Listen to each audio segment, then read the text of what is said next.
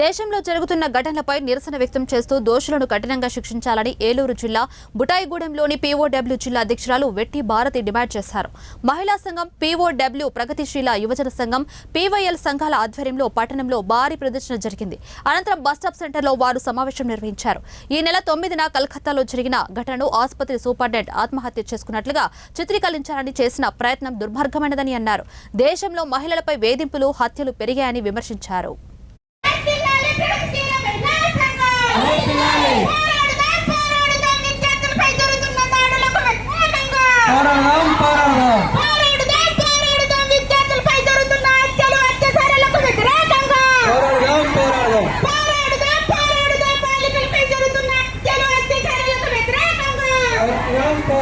T Baburao, ప్రగతిశీల యువజన సంఘం, జంగారెడ్డిగూడెం డివిజన్ సహాయ కార్యదర్శి.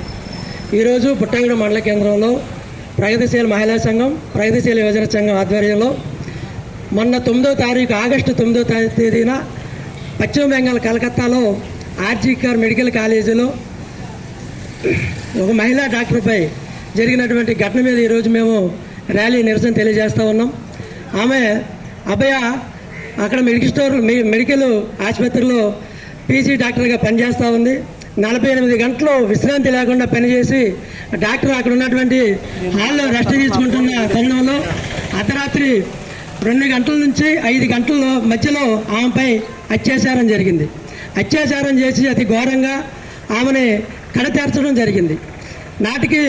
నేటి నుంచి నాటికి భారతదేశానికి స్వతంత్రం వచ్చి 78 సంవత్సరాలు పూర్తిగా వస్తున్న ఈ భారతదేశంలో మహిళలకు పూర్తిగా రక్షణ లేకుండా పోయింది. ఒకనాడు ఢిల్లీలో నిర్భయ మీద 9 మంది బస్సులో ఎక్కించి ఆమె మీద అత్యాచారం చేశారు. కానీ ఆ ఘటన బయటకు రాలేదు.